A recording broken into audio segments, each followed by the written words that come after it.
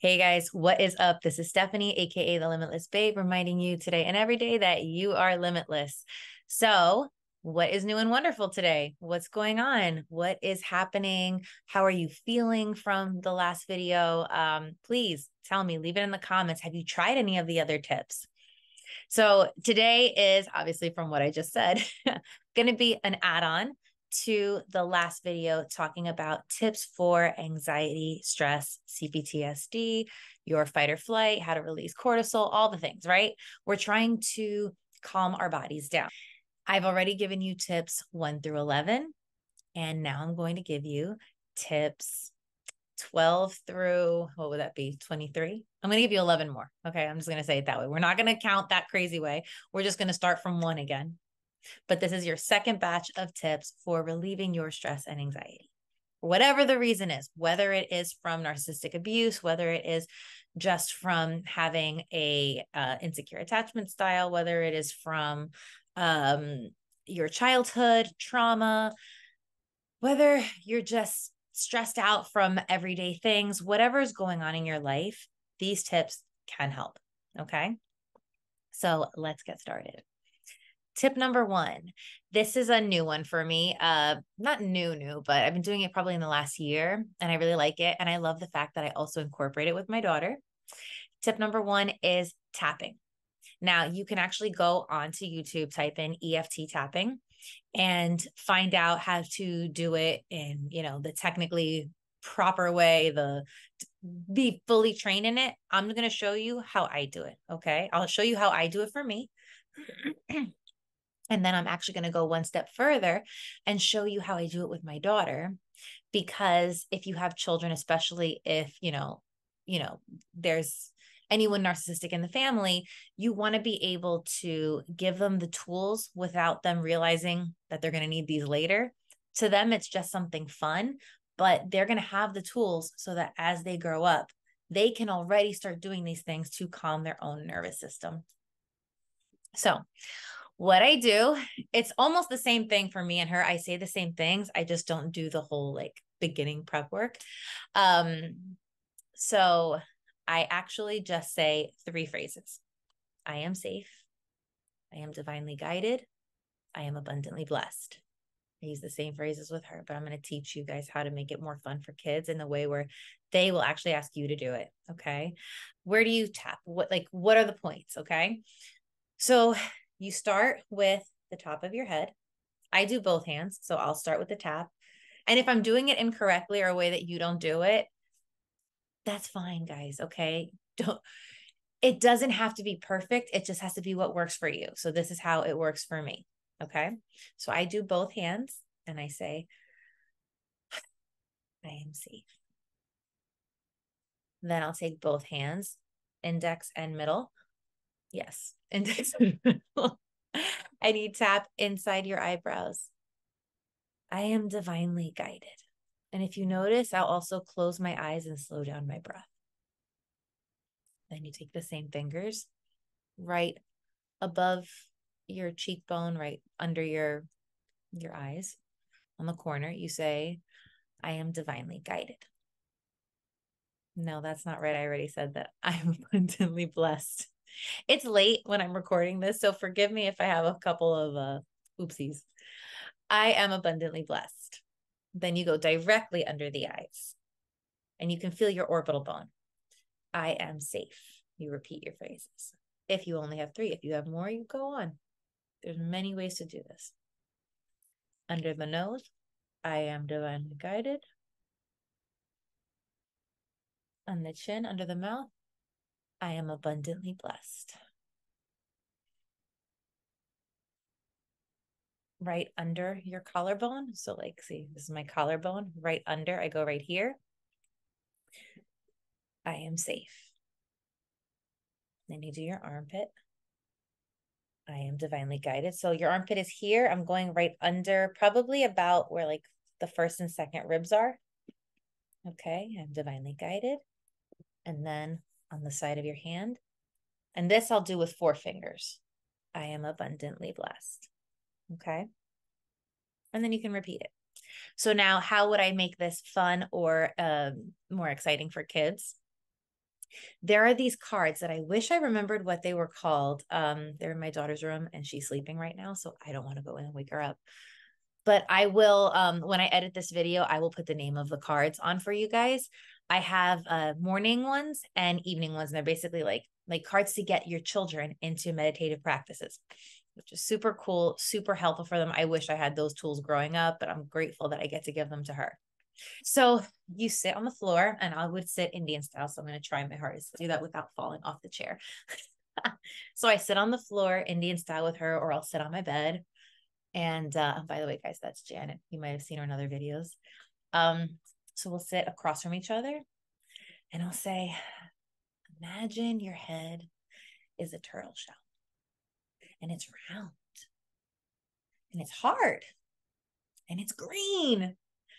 And then, like, even though I said it's green, she gets a kick out of this part. I'll tell her, you know what? Actually, mine is, and every day it's something different. I'll say, like mine is pink with rainbows and unicorns on it. What does yours look like? And then she'll get excited and she'll tell me what hers looks like today.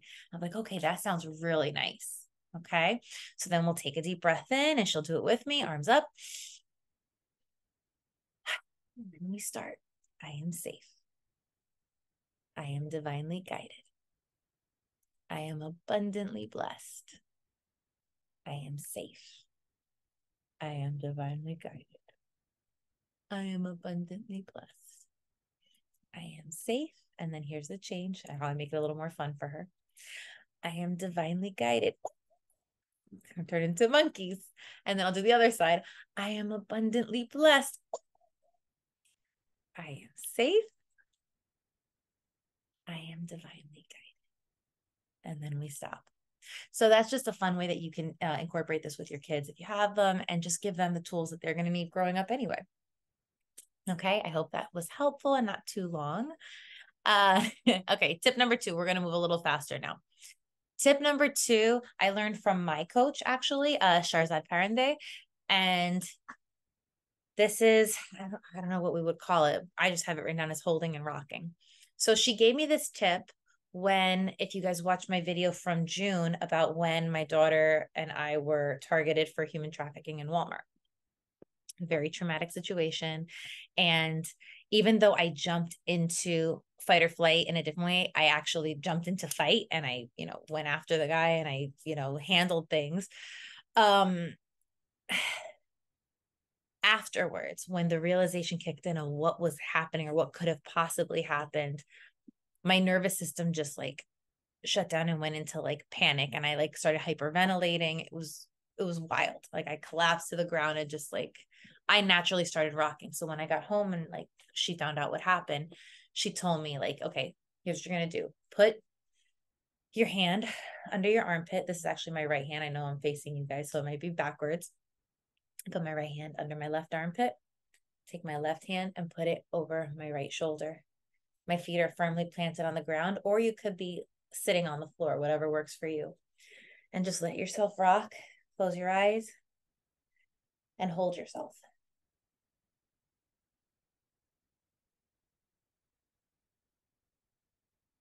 And whatever rocking works for you. So if it's a front and back rocking, if it's a side to side rocking, if it's a swaying, whatever you need in that moment, give it to yourself. This is going to make you feel safe, held, grounded, and protected. This is a really good one at any time that you're feeling, especially the anxiety that comes from NPD abuse. It's just that reminder, like, I'm held, I'm safe, I'm okay. All right. So that's a really good one. Tip number 3, I know I already talked about meditations, and I've talked about sleep meditation. So like, there's many ways that this is beneficial for you, but one specific type of meditation that is going to help you for narcissistic or high conflict toxic abuse is going to be doing cord cutting meditations. And this is not something that you want to do once. This is something that you want to do often until you feel a significant release. And one thing I will tell you guys, and you may think, oh boy, she's hippy bippy. Yeah, I'm a little hippy bippy sometimes, or hippity dippity, however you want to say it. A little bit. Yeah, I am. And I'm proud of it.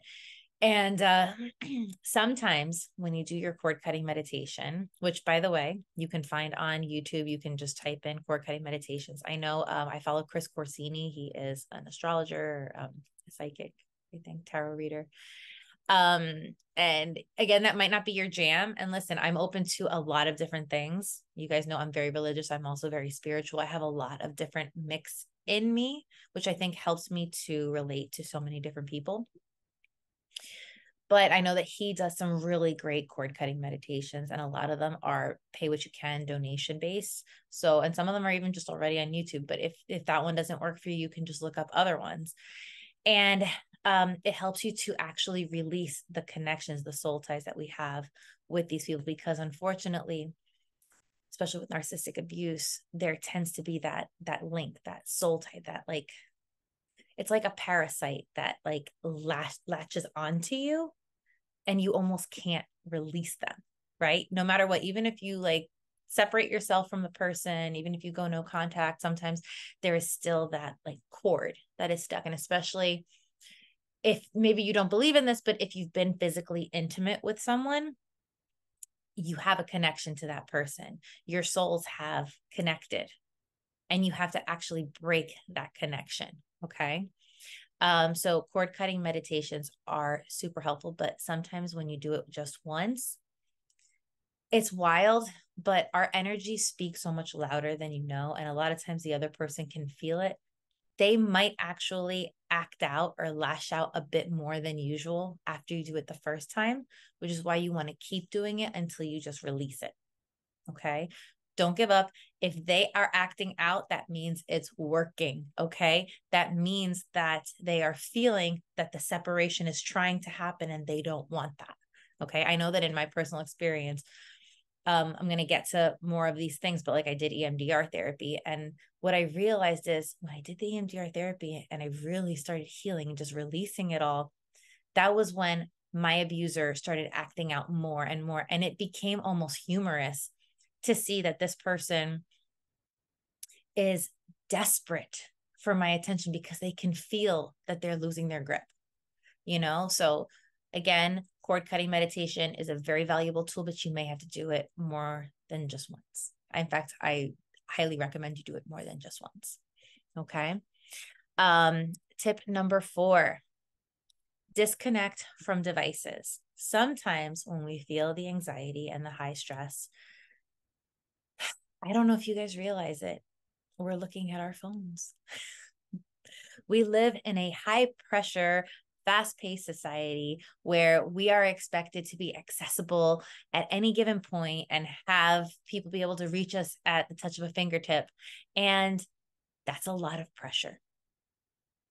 And I don't remember, hold on, let me see. I don't remember if we talked about it in the first video that I made. I did. We talked about slowing down. And so if you need to slow down to calm your nervous system and to calm yourself, having to respond quickly and be up with what's going on with your technology kind of counteracts that slowing down. So I want to be the voice of reason to give you permission if you think you need it, because I promise you, you do not. But if you think you need permission, take this as your sign and as your permission to turn your devices off. Be it for an hour, a half hour, a whole day. If it's safe to do so, and if there is no one that could immediately need your attention, shut your phone off. If you have children, obviously this makes it a little bit tricky. If they're not home, make sure that you have some means of them getting in contact with you. But find a way, find time to give yourself that break, even if it just means not turning your devices off, but maybe you put them on silent and set just your children's ringtone to on. And you put that phone aside in a way where you're not tempted to look at it. And it's not just, I want to let you know, it's not just that, oh, someone calling or texting, that's what's giving me the anxiety. Sometimes even just scrolling through social media, That feeling of keeping up with the Joneses, that feeling of seeing people's highlight reels, that can make us feel anxious because we can feel insignificant. We can feel like we are not keeping up, like we are not at the same level as other people. But I want to remind you that social media is not real. Okay. And that's not to say that it's all fake, but you're not seeing the full picture. You're seeing what people want you to see. You are seeing their highlight reel. You're not seeing when things get messy. You're not seeing when things turn into chaos, usually. And even when you do, it's like a polished Netflix version of it. Okay. So that's actually a great tip that we need to add, but maybe I'll just throw that in here. So not only do I want you to disconnect from your devices, disconnect from any channels, any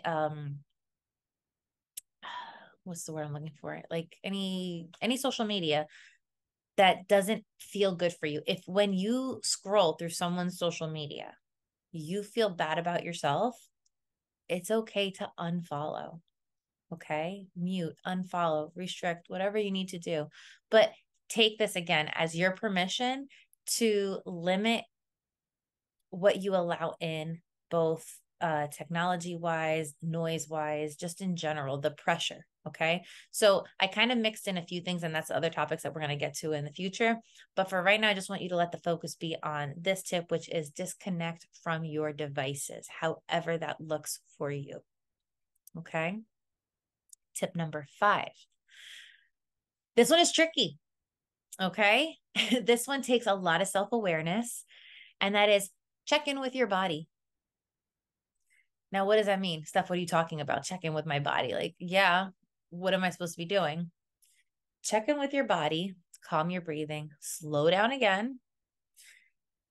I would also recommend turning off any audible distractions and just get really quiet and breathe and pay attention and ask yourself, am I actually anxious right now? Is this anxiety? Or is this anger? Ask yourself, what am I actually feeling? Okay. And if this is anger, get creative and get ways to release it, because a lot of times we are taught growing up that it is not okay. It is not safe. It is not ladylike if you're a girl. Okay. It is not polite to be angry. Good girls, good boys aren't angry. That's an ugly characteristic. It's not. It's human. It is part of the human experience. And this is one of the big problems that I see in society, is that so many people reject their anger. And you would think, okay, well, if I'm rejecting my anger, that's a good thing. I'm just like, no anger. We're not being angry. It's not a good thing. You know why? Because it's got to go somewhere. It doesn't just go away. It doesn't just dissipate because you're not doing anything to release it. You're just pushing it down. It's like a pressure cooker. You just push it down and put the lid on. Push it down and put the lid on. And what happens with that pressure cooker? One day, the steam is just going to, and it's going to blow. Okay. So instead of pushing down and putting the lid on, what I want you to do is, first of all, get in touch with your feelings and realize, oh, okay, this is not anxiety. This is anger. I'm angry. Acknowledge it. Allow it. Release it. Okay.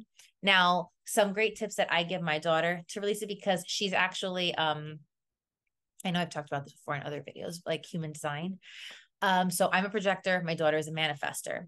Manifestors sometimes can display anger as frustration when their flow gets interrupted. So when she gets interrupted, she's doing something and her flow gets interrupted, it manifests as anger. But sometimes she doesn't know how to release it in a healthy way. So it just comes out messy and chaotic. And what I've been trying to do with her is help her figure out healthy ways to release her anger. So you can scream into a pillow. You can punch a pillow. You can like, I'm trying to think. There's a lot of ways. Like I said, beating up a pillow and screaming into pillow are my two favorite ones to use. So I guess that's why those are the top two that are coming into my mind right now. Another one that I actually learned, did I write this down? Is this on my list? It's actually tip number 6. So okay, I talked about tip number 5. Tip number 6 is tied into tip number 5. And this is a tip from the holistic psychologist. If you guys don't follow her on Instagram. She's fantastic. Push against a wall. Okay. I mean, and that sounds so silly and simple, but close your eyes, put your hands up against the wall and push, push, push, push. As I've talked about in my first video talking about this topic, anxiety is often emotions that are stuck in your body, right? Anxiety, anger, all these yucky feelings that we don't like, that we don't feel. Like when our heart starts racing, there's emotion stuck in your body and you want to release it. So if you actually push physically against a wall and think about whatever it is that is frustrating you, that is keeping you stuck, that is having you angry, that has you anxious, whatever the feeling is, think about it. Focus on it in that moment and push as hard as you can. You're going to physically release it. And you might cry. And if you cry, that's good because that's even more releasing. Tears are the body cleaning itself. Okay. So that's tip number 6. As you can notice, this entire video is a little bit more hippy bibby, but I like it. And I'm telling you, like, don't discount it. If it's not your jam, if it's not what you're into, don't completely discount it. Try these things because I'm telling you, I didn't believe some of them would work and they work. Like that pushing against the wall, I sure did cry and it felt really good. Tip number 7. This is a nice one. And unfortunately, it's shocking, but like not everybody has access to this. Tip number 7 is body contact, hugging in particular. Okay. If you have access to someone, ask them for a hug. So now this was a challenging one for me. Like when I was pregnant during the pandemic, which was really hard. So when I would be going through my anxious feelings, like we were all in lockdown. I didn't have anybody to hug. You know what I mean? So that was a hard one. This is where tip number 2 about the holding and the rocking would really come in handy because you're giving yourself that physical contact. But under normal circumstances, when we're not in lockdown and in these crazy times, body contact and hugging are supremely beneficial. Physical touch in general is very soothing and healing. So grab your husband, grab your wife, grab your best friend, grab your kids. Like for me, I have, my eyelash business on the side. Every client that comes through that door, we're very close. You know what I mean? They lay down, they tell me their life stories. We have grown and bonded very close. I hug each and every one of them. And it's funny because I have one client that I adore. And she always says, she's like, oh, that was a good one after I hug her. Cause like, she says, like, you don't give BS hugs. Like you hug people. And like, it's because I know how important that contact is. And not just for me, but for the other person. So body contact, physical touch, hugging, very good for releasing stress and anxiety. Also, you feel the other person's heartbeat and it helps you like re-regulate your own. Tip number 8, get into nature. This is another one of my favorites. There's 50 something of these, right? So like a lot of them are going to be my favorite. Getting into nature, that is so easy. Go for a hike, go for a walk, just put your head out the window and take a deep breath in. Just in general, anything that you can do to get outside, get moving, and just breathe in fresh air. If you have the opportunity to ground yourself, like we talked about in the first video, do that. Take your shoes off, walk barefoot. There is so much healing power in nature. And another thing, if you can't get out into nature, bring nature inside. Like I have quite a few plants throughout my house. None of them are fake. And mind you, I always thought I had a black thumb. Apparently, I'm not that bad at it. And they're all thriving. And so am I. So if you can't get out in nature, make sure you have at least some nature inside your house and not Although there's nothing wrong with fake plants and they're beautiful. And sometimes certain types of plants are tricky to keep alive. But if you can have real ones, I recommend it. Tip number 9, this is not always an easy one, especially if you are dealing with a high conflict, toxic, abusive person. But this is going to be one of your best friends. Okay? Don't gossip. Don't complain all day, every day to anyone who will listen about what is going on in your life, about who is mistreating you, about who is abusing you. I know that sometimes we can get caught in that cycle, especially when you're first learning about NPD abuse and you're listening to the different channels, which I am going to make actually a video. If you don't know what NPD abuse is, or if you're not sure if you're experiencing it, I will make a video to give you my favorite channels that do talk about it in a healthier way. But the more you talk, like, I want to be clear about this because there's a time and a place to talk about your problems, right? There is a way to do it in a way where you are releasing it and taking away the power. But there's also a way where you are reliving it and putting yourself in this loop and in this cycle and actually giving it more power than it needs to have in your life. So it is super important. I can't stress enough that you stop talking about your abuser to anyone who will listen. Okay? Talk about them to your therapist. Have one really good friend that's your processing partner that you can talk about. But for the most part, try to minimize what you are speaking life into. Okay? And I've made videos before about, speaking life into things, breathing life into others. There's a good way to do that, breathing life into people that we love. But then there's also a way to breathe life into people that have done us wrong and giving them more importance in our life than they deserve. So think about it this way. The more that you talk about your abuser, the more they become the main character in your story. And why would you cast that role to anyone other than yourself? It's your life. It's your experience. This is your story. Why would the villain in your story get to be the main character? Why wouldn't you be the main character? But we can never be the main character if we keep the story and the focus on them. So stop. I'm telling you, this one is not always easy. It sounds simple. It is not always easy because, oh, as well as I do, that they can come out with some wild shenanigans, especially like I mentioned before about like doing the cord cutting meditations. When you start to release this person and when you start to heal, they're going to lash out. They're going to act crazy. And it's going to take everything in you to not go to your friend, to your neighbor, to your sister, to your dog and say, girl, do you know what this fool just did? It's going to take everything in you.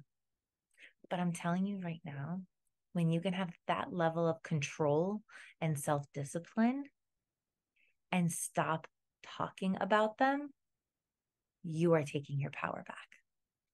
You are going to release that anxiety and it's going to stop affecting you as much as it used to. It is not going to happen overnight, but in the long run, it is going to help you. I promise. Let me know. If you try it and you realize it, let me know. Okay. Tip number 10 kind of ties into tip number 9, and this is mind your thoughts. So we're minding our words because words have power, right? And what we speak into existence. All right. So the more we talk about people, the more we talk about things, the more we're basically saying, hey, come into my world. Same goes with your thoughts. Your thoughts have power.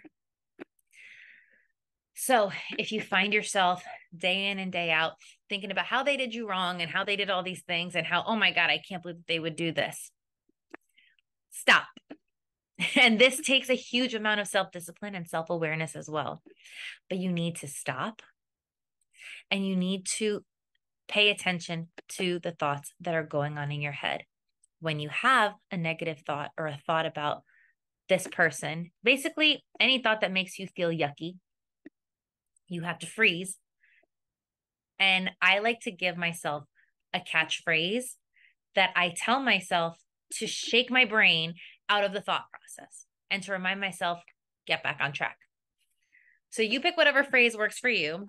I like using something that might make me laugh. Like, it's a good idea to use something with a little bit of humor, something that when you say it, like it kind of like makes you giggle a little bit so that you just like, oh, pull out of like the negative feeling, right? So my phrase, which you are more than welcome to use, is not today, Satan. That's my catchphrase. So whenever I have thoughts of my abuser or their flying monkeys or whatever nonsense they're trying to do in my life, I catch myself and I say, well, not today, Satan. I'm the main character. Okay. And it helps put my mind back on track. Again, does this work in 2 seconds? Does this work the first time you do it? Not always. Like sometimes I can tell you that like when I fall out of this habit, sometimes trying to get back into the habit feels overwhelming. It feels hard. And I sometimes catch myself saying, oh my gosh, how long is it going to take me to get back to that place where like I don't get caught up in my thoughts. I'm able to control my thoughts. And it's wild because sometimes it's like 24 hours and I'm fine again. You know what I mean? Like it feels overwhelming. It feels like it's going to take forever, but it doesn't have to. You just have to be disciplined and you just have to even push those thoughts out of your head of how long is it going to take? It doesn't matter. Not today, Satan. Not today. I don't have time to worry about that. I just have to do it. Okay. Stephanie said to do it and I'm going to do it. And tomorrow I'm going to feel 10 times better. So mind your thoughts, catch them mid-air, mid-sentence, mid-thought, and change them. So again, having a catchphrase is a good idea, but even one step further, well, actually, you don't have to do this, but whatever works for you. You can either have your catchphrase or you can flip the thought. So instead of thinking whatever the negative thought is, change it in your brain to something positive. Okay. Again, not easy, but valuable. And here's your bonus tip, tip number 11. You guys know I am very religious. You guys know that I love my God, and you are free to substitute that word with whatever works for you. But I love a good God box. You can either have an actual box, keep it under your bed. I actually keep a mason jar next to my bed, and sometimes I'll even do it in a journal. But what you do is the attack comes, right? The inevitable attack, shenanigans, whatever's going on that the abuser is trying to do, the attacks come, okay? You pray on it, or you say whatever to whoever you believe in, whether it's God like me, the universe, source, Allah, Buddha, whoever, okay? You pray on it, and then you write down the problem. But in a way where it's a question. Like for me, it would be like, dear God, how do I navigate this challenge? Show me the way. And then I fold it up and I put it in my jar and I put it next to my bed and I go to sleep. And oftentimes the answer comes quicker than you think. There have been times where I have gone to bed after doing that and I wake up at 4 a.m. with the answer and I just start writing. I wake up, the thought is in me and I let it out. Okay. A God box is a great way to remember that you're not alone, that you have resources, that you have the help, that you are being guided in this world, and that the universe and God always have your back. Okay. I promise you, always, you have a higher power guiding you and showing you the way. You just have to lean into them. See, that's the thing. Oftentimes we want to be these independent beings. We want to be autonomous and we want to think that we are so powerful over our own lives. And yes, to a degree we have free will, but we were created by someone. And that person just wants to know, like any parent wants to know, that we need them, that we still look to them for advice, that we still look to them for guidance, and that we still trust them and believe that they want what's best for us. So lean into your higher power, and that is also going to help you find peace. I find that the days that I do that, it's interesting because I actually somehow, in the midst of the chaos, get great night's sleep, because I handed my troubles over to God and I gave him the power to come up with the answer instead of trying to figure out in my human brain. All right. So those are the tips that I have for you today. If you liked them, don't forget to drop me a comment. Let me know if you found these helpful. If you have any other ones that you love, please drop them down. Maybe we'll see that there are actually other ones on my list that are going to come up in the future. And maybe you've got some new ones that I can add to it. But either way, share, talk to me, communicate with me. I love hearing from you guys. And don't forget, if you haven't already, to subscribe to the channel, hit that like button, hit the bell for notifications, and spread the word, guys. I would love to be able to be some source of inspiration, light, positivity in the world of anyone going through this struggle, because I know how hard it is. I know how physically draining it is. I know how it feels like there's no light at the end of the tunnel, but I promise you there is. And I promise you, you can heal and you can feel relief and peace and joy on the other side. You got to believe. Okay. You just got to believe. And I love you so much. And I am hoping that you have the most amazing, blessed day. And I will see you guys soon.